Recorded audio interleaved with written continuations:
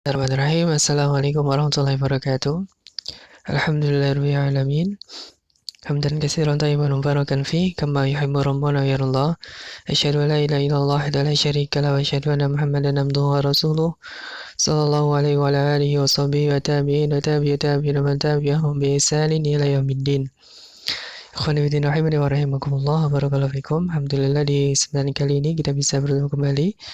Insyaallah kita akan melanjutkan pelajaran kita di pelajaran tajwid pada kelas 7 ini, dan barakallahu fikum.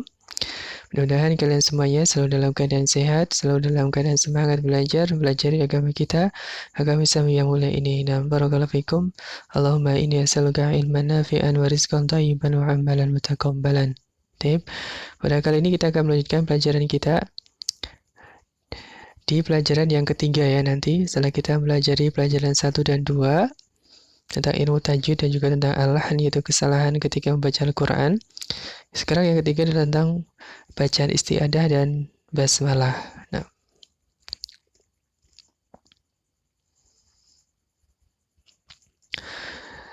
yang pertama kita akan belajar tentang makna isti'adah dan basmalah. Isti'adah secara bahasa adalah berlindung, sedangkan secara istilah adalah berlindung kepada Allah dengan membentengi diri ya dengan Allah dari syaitan. Ini makna isti'adah. Jadi kita berlindung ya kepada Allah dari godaan syaitan. Bunyi bacaan isti'adah yaitu a'udzubillahi minasyaitonirrajim. Atau dalam bentuk-bentuk yang lain ada banyak ya, tapi yang sering dipakai adalah a'udzubillahi minasyaitonirrajim. Nah, kemudian makna basmalah adalah aku memulai bacaanku dengan meminta pertolongan kepada Allah Ta'ala. Tapi ini makna isti'adah dan basmalah. Kemudian hukum bacaan isti'adah. Ya, bacaan isti'adah sunnah dibaca ketika memulai bacaan Al-Quran. Jadi kita disunahkan ketika akan mulai membaca Al-Quran, maka disunahkan untuk membaca ta'awud dulu atau isti'adah ya. Nah, kemudian apabila memutus bacaan Al-Quran karena darurat ya, karena batuk atau yang semisalnya, maka tidak perlu mengulang isti'adah lagi, tidak perlu mengulang ta'awud lagi. Nah, kemudian jika memutus bacaan dengan niat mengakhiri bacaan, ya misalnya kita membaca suatu surat kemudian selesai dan kita niat selesai mau melanjutkan kegiatan yang lain, maka ketika kita akan kembali lagi membaca Al-Quran, maka diawali lagi dengan baca isti'adah ya, ta'awud kembali, setelah itu baca bismillah. Nah, kemudian hukum-hukum seputar bacaan basmalah. Jadi bacaan basmalah adalah sunnah dibaca di awal surat ya. Setiap kita membaca ayat atau surat-surat di dalam Al-Quran itu disunahkan ya didahului dengan membaca basmalah ya, kecuali surat At-Taubah ya, satu-satunya surat di dalam Al-Quran yang tidak menggunakan basmalah adalah surat At-Taubah. Nah, kalau kita misalnya membaca Al-Quran ya, misalnya surat-surat yang pendek itu juz amma ya, misalnya baca dari Al-Ikhlas sampai An-Nas, itu kalau selesai awal kita membaca dengan a'udzubillahi minasyaitonirrajim, bismillahirrahmanirrahim, misalnya kul huwallahu ahad, selesai. Kalau lanjut ke Al-Falaq itu tidak perlu isti'adzah lagi, tapi cukup basmalah di setiap awal surat ya. Nah, jadi setiap awal surat kita baca basmalah saja sudah cukup ya, tidak perlu kita membaca ta'awud. Jadi membaca ta'awud itu kalau kita baru akan mulai membaca Al-Quran ya, disunahkannya di situ. Wah ya, walaupun tidak mengapa setiap baca surat kita awali dengan ta'awud juga tidak ada masalah. Nah, barakallahu fikum. Sekarang tentang bentuk-bentuk bacaan basmalah di antara dua surat. Ada beberapa bentuk ya. Di sini ada 3 cara yang boleh. Ada 3 cara yang boleh. Yang pertama di sini ya, jadi menyambung antara dua surat ya. Ya, menyambung antara dua surat. Bagaimana bacaan basmalahnya? Ada 3 cara. Ini cara yang boleh. Yang pertama dengan berhenti ya, dengan cara berhenti atau waqaf ya, pada akhir surat. Misalnya di sini di surah Al-Lahab ya, fi jidha hablum mim masad. Berhenti di sini, waqaf, berhenti, kemudian Bismillahirrahmanirrahim. Berhenti. Lanjutkan lagi. Qul huwallahu ahad. Nah, dan seterusnya. Ini cara yang pertama. Jadi masing-masing berhenti ya, berhenti. Cara yang kedua yaitu menyambung bacaan basmalah dengan awal surat. Menyambung bacaan basmalah dengan awal surat. Ini yang kedua ya. Nah, contohnya di sini adalah fi jidha hablum mim masad. Berhenti, kemudian lanjut Bismillahirrahmanirrahim. Qul huwallahu ahad. Jadi disambung antara bismillah dengan surat Al-Ikhlas ya. Disambung jadi satu. Ya, dengan cara menghidupkan huruf mim di akhir bacaan basmalah ya.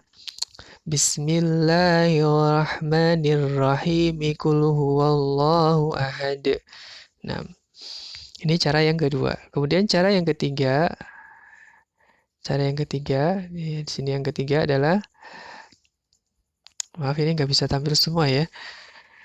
Cara yang ketiga adalah menyambung semuanya. Menyambung semuanya, wasol ya. Jadi disambung antara akhir surat basmalah dan awal surat. Jadi antara ini sebentar dulu. Antara akhir surat basmalah dan awal surat disambung. Contohnya adalah fi jidha hablum mim masadin bismillahirrahmanirrahim. Qul huwallahu ahad. Nah, caranya disambung semuanya. Ya, disambung semuanya. Baik. Itu boleh. Ini adalah 3 cara yang dibolehkan. Kemudian cara yang tidak boleh di sini yaitu dengan menyambung antara bacaan basmalah dengan akhir surat. Ini yang tidak boleh ya. Jadi menyambung bacaan basmalah dengan akhir surat.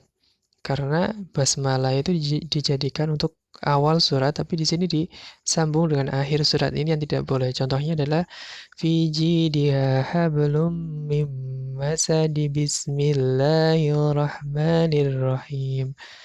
Berhenti di sini maka tidak boleh. Nah, ini cara yang tidak boleh yaitu menyambung basmalah dengan akhir surat. Nah, barakallahu fikum. Tapi kemudian cara menyambung permasalahan yang lain yaitu menyambung surat Al-Anfal dengan surat At-Taubah, di mana kita tahu bahwasanya surat At-Taubah itu tidak ada bacaan basmalahnya. Lalu bagaimana kalau mau disambung dengan surat sebelumnya? Jadi At-Taubah disambung dengan surat Al-Anfal ya. Jadi sebelum At-Taubah. Nah, bagaimana cara menyambungnya? Jadi surat Al-Anfal ya, yang ini adalah surat yang surat sini surat Al-Anfal ya. Di sini At-Taubah. Nah, ini surat Al-Anfal ya. Bentar dulu. Ini surat Al-Anfal. Al-Anfal. Maaf nggak bisa nih saya. Di sini At-Taubahnya. At-Taubah. Nah, bagaimana cara menyambungnya? Ada 3 cara. Yang pertama adalah dengan cara waqaf. Berhenti. Ya. Contohnya, Innallaha bikulli syai'in alim. Ini adalah akhir surat Al-Anfal. Maka berhenti di sini. Alim, berhenti. Kemudian ambil nafas ya. Waqaf itu artinya berhenti dengan mengambil nafas.